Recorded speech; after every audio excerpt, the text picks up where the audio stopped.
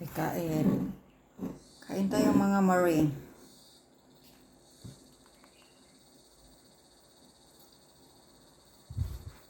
Kamay be.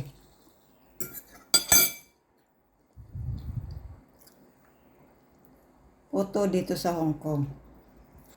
Naka-lipstick ako eh. Sandali. Lumabas ako. Namimiss ko yung pagkain ng Pinoy.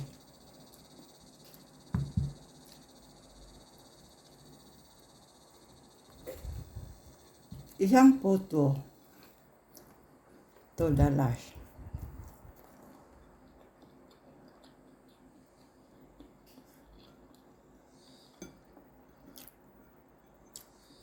May cheese. Diba? Parang malunggay pandesal.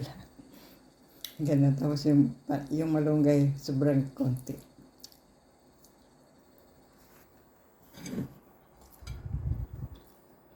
Mayroon siyang cassava cake. Cassava cake. So, tikman ko.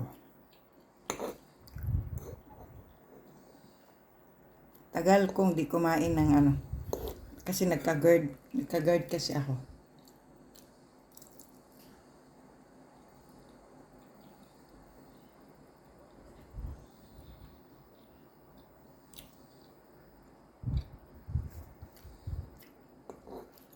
Lambot.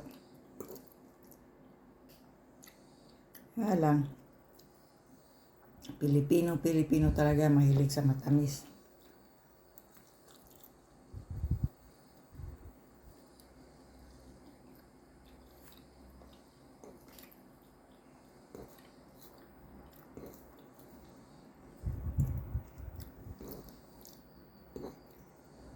Nabili ko lang to sa Shopee.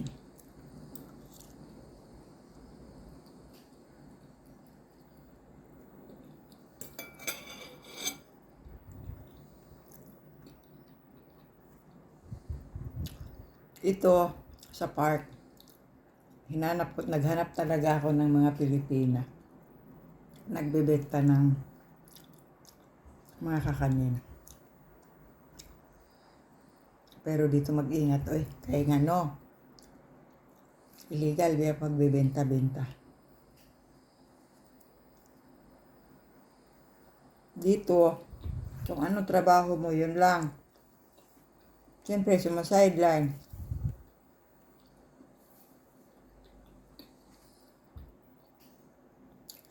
Ako dati nagluto din ako ng suman. Maawa man ako doon sa mga kaibigan ko kasi. So, wala akong tubo.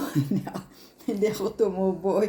Tinigilan ko, napapagod ako sa alam niyo, balot-balot. Tapos, alam niyo yung tubo ko, 20 lang. Ay, naawa ako doon sa mga, siyempre, binibenta ko din sa kilala ko. Sabi ko, di na ako magbenta. Wala akong tutubuin. Hindi ako pwede magnegosyo.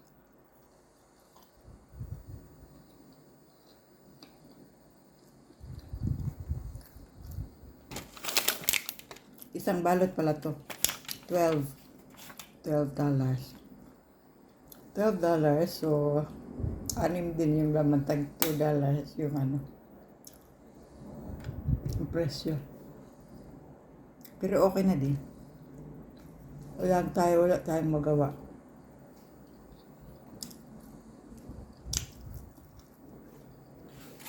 Yung tinapay nga sa Pilipinas, tag 5. Pagdating sa Amerika, tag $1. So, halos 60. Wala tayong magawa ganyan. Parang ganun lang din. Kasi yung mga ingredients dito, hindi naman piso. $2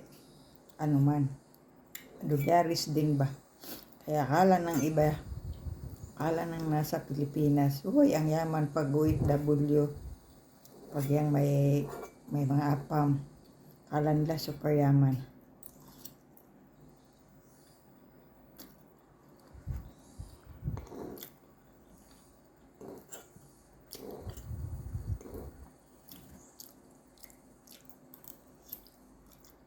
Yun lang guys. Hindi ko ito ubusin.